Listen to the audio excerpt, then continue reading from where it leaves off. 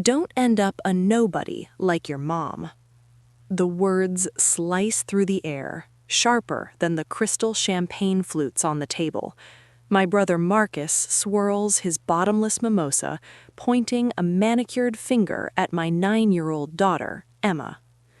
Seriously, Em, your mom rents. She freelances. She's 34 and owns nothing. That's not success. That's survival. The other country club members glance over, some amused, some uncomfortable. I don't blink. I don't defend myself. I just wipe a spot of syrup from Emma's cheek and check my watch.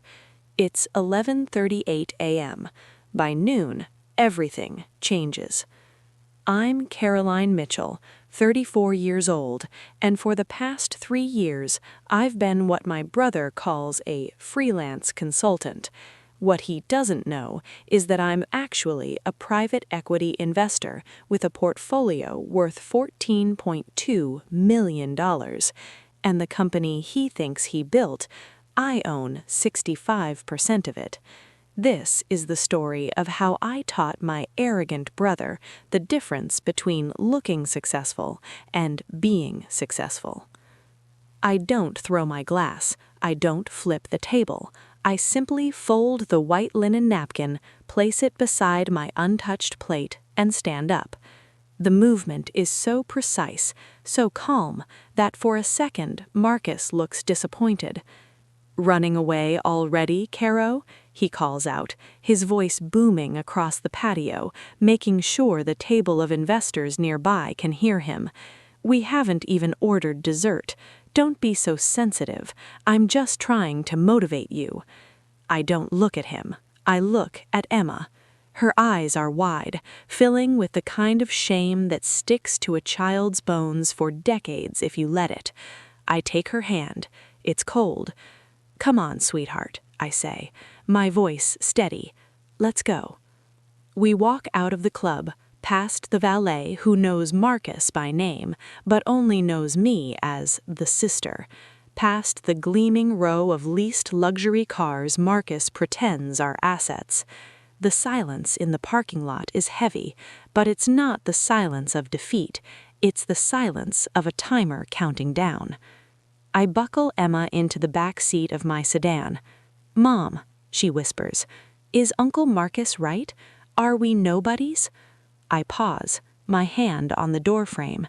I look at her, really look at her, and I feel something inside me lock into place like a bolt sliding home. "No," I say. "Uncle Marcus is loud. There's a difference." I close the door, creating a seal of quiet around us. I walk around to the driver's side, but before I get in, I lean against the warm metal and pull my phone from my purse. The screen is bright in the midday sun. I open my encrypted messaging app and find the contact listed only as Thomas. Thomas is Marcus's chief operating officer. He's also the man I hired 2 years ago to keep the company from collapsing while Marcus played CEO. I type 2 sentences. "Activate the Phoenix Clause. Mandatory board meeting, 2 p.m. today." I watch the message deliver. Then I watch it turn to red. 4 seconds later, 3 dots appear, dance for a moment, and vanish. Thomas knows better than to reply. He knows what Phoenix means. It means the grace period is over. It means the silent partner is stepping into the light. People often ask how Marcus didn't know. How could he run a company for 2 years and not realize his own sister was the majority shareholder? The answer is simple. Marcus suffers from a specific kind of blindness. He's the loudest person in every room, and he believes that if power doesn't scream, it doesn't exist. For 2 years, he's been emailing my shell company, Sterling Capital Partners, begging for funding extensions and praising his own vision. He's sent polished reports using impressive vocabulary, trying to impress the board. He never suspected me because his ego wouldn't allow it. To Marcus, I'm just Caroline, the girl who rents, the girl who drives a 5-year-old car, the girl who freelances. He likes to imagine I spend my days proofreading documents or organizing spreadsheets for minimum wage. The truth is more complex. I don't consult, I invest. I'm the founder of CV Capital Firm, a boutique private equity firm. As of this morning's market open, my personal portfolio sits at $14.2 million. I built it quietly, investment by investment, leveraging the very thing my family mocked, my silence. While Marcus was busy buying tables at charity galas to look important, I was analyzing market trends. While he was leasing cars to project wealth, I was buying assets that generated it. I check my phone. Still no reply from Thomas. He's likely pulling the documents now. My mind drifts back 2 years. That's when Marcus's hospitality company almost died. He'd leveraged everything, our parents' legacy, his own credit, even the equity in the family lake house, on 4 boutique hotels in markets that data clearly showed were cooling. He called me late one night, drunk and panicking. He wasn't crying because he missed our parents. He was crying because the banks were calling. He was about to lose his title of CEO, and to someone like Marcus, that was unbearable.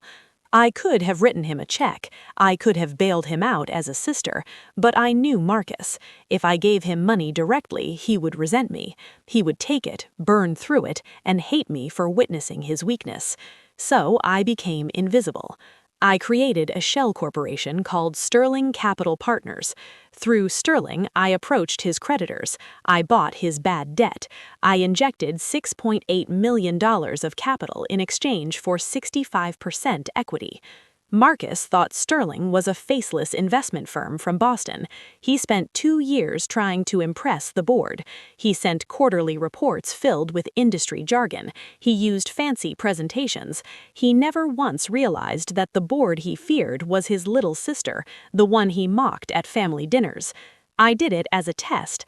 I wanted to see if, given a lifeline, he would mature. I wanted to see if he could become the leader he pretended to be. I gave him a 2-year runway to prove his character. I look up at Emma. She's laughing now, jumping from the swing into the wood chips, landing perfectly on her feet. Marcus failed the test. He didn't use the runway to grow. He used it to show off. He didn't learn humility. He weaponized his relief. He treated my silence as permission to be cruel. He mistook my mercy for weakness. My phone buzzes. It's not Thomas. It's a notification from my banking app. The automated payment for the lake house property tax just cleared. Another bill I pay. Another asset he thinks is his. I stand up and brush dust from my blazer. The 2-year experiment is over. I invested in potential, but the returns were negative. It's time to restructure the asset. Emma, I call out. Time to go. She runs over, breathless. Are we going home? No, I say, opening the car door for her. We have a meeting. The drive is quiet until my phone buzzes again. This time it's a voicemail from Marcus. I almost ignore it, but I need to know. I need to be certain that what I'm about to do is necessary. Emma, put your headphones on, I say. She obeys, sliding her pink headphones over her ears. I press play. Marcus's voice fills the car, distorted by cheap speakers, but unmistakably toxic. Caro, you really embarrassed me today. Walking out like a child in front of board members. You're lucky I'm generous. But let me be clear, if you pull something like that again, you're done. No more family dinners, no more lake house access this summer. You want to act like a nobody? Fine, go be one. But don't expect me to keep including you. The lake house. The family lake house where our parents spent their summers. The house where I pay the insurance, the repairs, the landscaping, while Marcus posts Instagram photos of his sanctuary. He's threatening to ban me from a property I legally own 50% of and financially support 100% of. I listen to the message again. It's not an apology. It's not even a negotiation. It's a declaration of ownership. He truly believes he owns me. He believes my presence in the family is charity he provides, a subscription he can cancel if I don't pay my dues in submission. I look at Emma in the rearview mirror. She's humming along to her music, innocent and oblivious. Marcus didn't just insult me, he threatened to cut her off from her heritage, from the only place that still feels like her grandparents. Something cold settles in my chest. Not anger anymore. Anger is hot. Anger burns out. This is clarity. Freezing clarity. I don't delete the voicemail.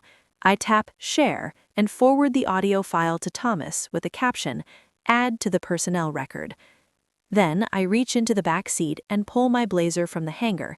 It's navy blue, tailored, sharp. My armor. I pull into the parking garage of Mitchell Hospitality Group headquarters, a gleaming glass tower that Marcus calls his legacy. I park in the visitor spot, right next to the reserved space marked CEO. All right, Em, I say, unbuckling my seatbelt. We're here. Why are we at Uncle Marcus's building? Emma asks, peering up at the glass monolith. It's a building, Emma, I correct her, gently but firmly. Bricks and glass. Uncle Marcus works here. He doesn't own the sky.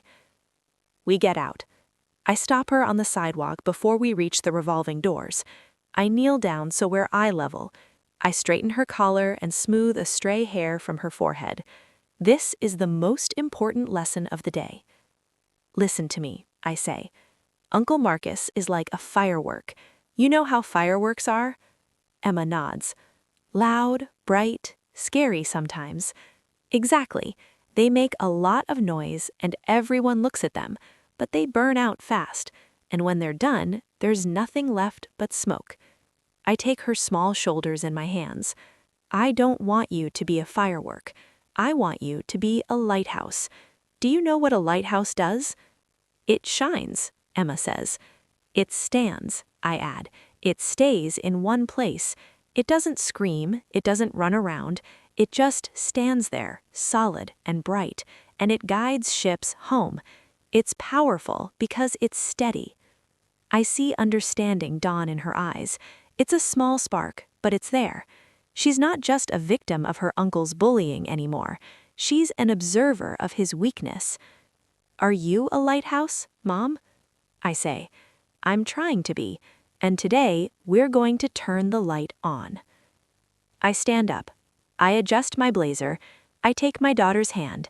We walk through the revolving doors, not as guests, but as owners. The security guard straightens up when he sees my face. I don't smile. I don't stop. I walk straight to the elevator bank and press the button for the executive floor. The doors slide shut, sealing us in. As the numbers climb, 10, 20, 30, I feel the last remnants of my old self falling away. The sister who apologized, the sister who kept the peace, the sister who paid the bills and let her brother take credit. The doors open on the executive floor. It's quiet, the hush of expensive carpet and serious money. Thomas is waiting by the reception desk. He doesn't say a word. He just nods and hands me a folder. He's in the boardroom, Thomas says. He thinks you're coming to apologize. I take the file. Let's correct that assumption.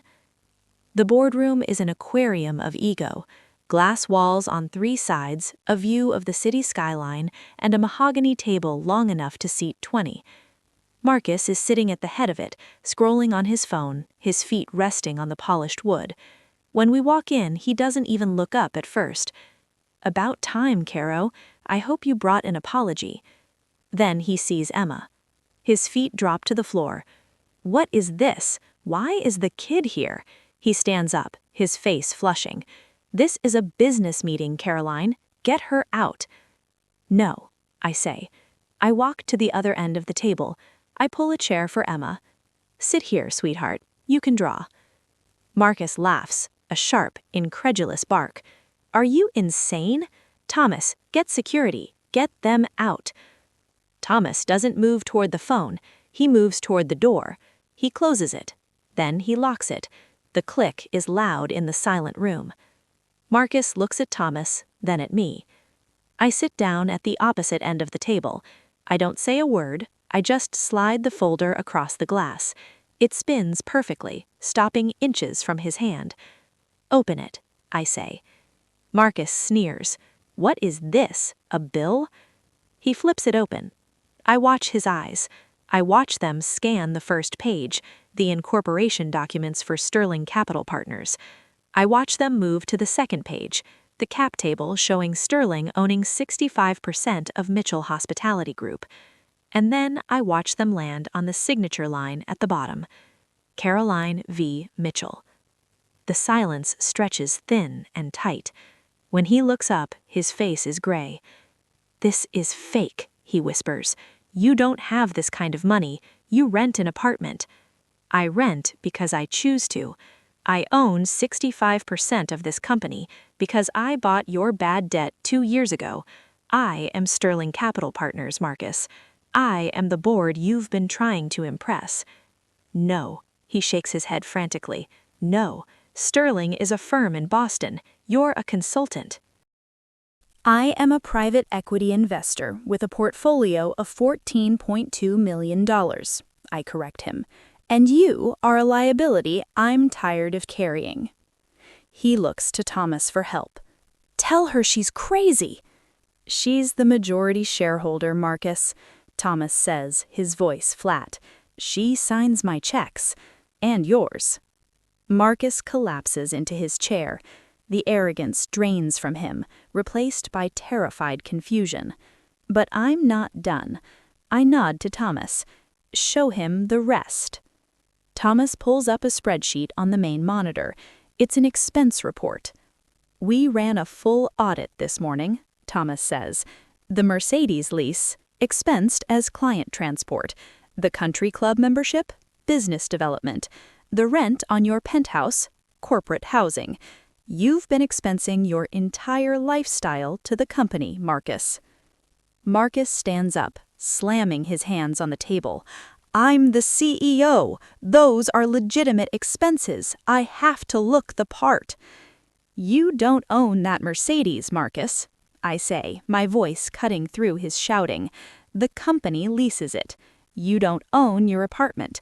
The company rents it. You don't even own that suit. The company credit card paid for it. I lean forward. You're a paper tiger. You look fierce on the outside, but you're made of debt on the inside. You built a life on money you didn't earn, status you didn't build, and a company you don't own. And today, that changes. Marcus looks at the screen, then at me. He looks at Emma, who's watching him with wide, curious eyes. He realizes, finally, that there's no audience left to fool. Caroline, he croaks, we're family. Yes, we are. The word hangs in the air, heavy with meaning.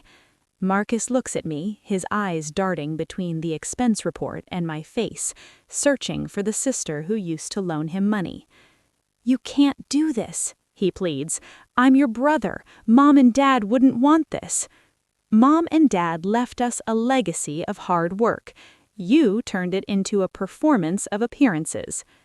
I'll pay it back, he says quickly. I'll fix it. Just give me time. Don't ruin me, Caroline, please. I look at him, really look at him. He's sweating through his expensive shirt. He's pathetic, and for the first time I feel absolutely nothing for him. No anger, no pity. Just the cold calculation of an investor restructuring an asset. I'm not going to ruin you, Marcus, I say. I'm going to save you by teaching you the one thing you've never learned, accountability. I turn to Thomas. Restructure immediately. The Mercedes gets returned today. Cancel the country club membership. Terminate the penthouse lease. He has 60 days to find his own place. Marcus's face crumbles. My car? My apartment? Where am I supposed to live? You can rent, like a nobody. And as for your job, I continue, you're no longer CEO. You're now Director of Operations. Your salary is $75,000 a year. The rest of your previous compensation will go toward repaying the misappropriated funds. $75,000? He gasps. I can't live on that. I do, and I support a child. I stand up. I walk over to him and hold out my hand. Keys. He hesitates. He looks at the Mercedes key fob on the table, the symbol of everything he thought he was. Then he looks at Thomas, who's already typing termination orders. Slowly, with trembling hands, Marcus picks up the keys and drops them into my palm. I close my fingers around them. They're cold. You're not fired, Marcus, I say. You're going to work. Real work. You're going to report to Thomas every morning at 8 a.m. You're going to learn how to read a balance sheet. You're going to learn what things actually cost. You're going to learn how to build something instead of just performing success. I turn to Emma. She's watching us, her eyes wide and serious. See, Em? I say, holding up the keys. A nobody can sign the paycheck. A nobody can take away the toys. Power isn't about being loud. It's about owning the room before anyone knows you're there. Marcus slumps in his chair, hollowed out. He's lost his car, his home, his title, and his dignity. But I haven't destroyed him. I've stripped away the lies so he can finally, maybe, become a real person. Let's go, I say to Emma. We walk out of the boardroom, leaving Marcus alone in his glass box. The door clicks shut behind us, a final, definitive sound. As we walk through the quiet hallway, I drop the Mercedes keys into Thomas's hand. Return it to the dealer. Put the lease savings back into employee salaries. Understood. Good to see you, Caroline. You too, Thomas. We take the elevator down. When the doors open to the lobby, afternoon sun is streaming in, golden and bright. We walk out onto the sidewalk, back to my sensible sedan. It's not a Mercedes, it's not leased, it's mine. The drive home is different. The silence in the car isn't heavy anymore. It's light, like the air after a storm breaks.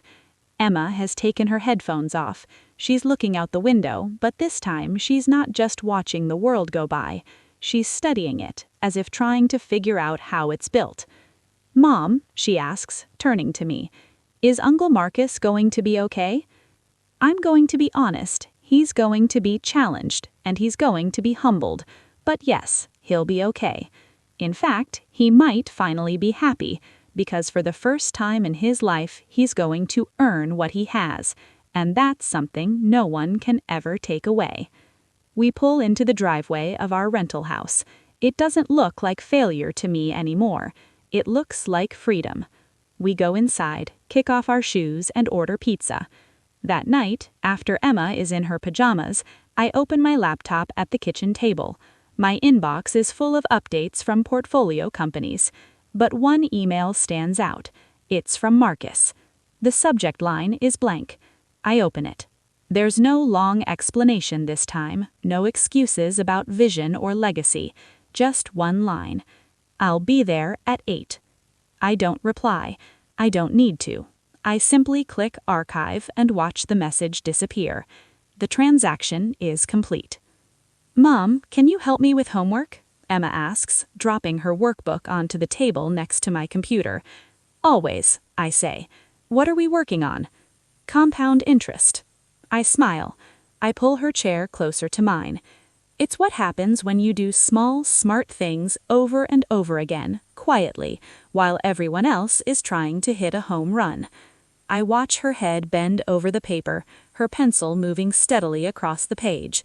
She's not loud. She's not flashy. She's just doing the work. She's building. My brother spent his life trying to be a firework, desperate to be seen. I spent mine becoming the lighthouse, steady, silent, and guiding everything home. I look at my daughter, then at the city lights glowing through the window. We don't need to scream to be heard. We don't need to lease a legacy to have one. We're building something real right here at this kitchen table. Success isn't about being the loudest in the room. It's about owning the room before anyone knows you're there. And that's the lesson I'm teaching Emma, not with words, but through living it. The lighthouse always outlasts the firework.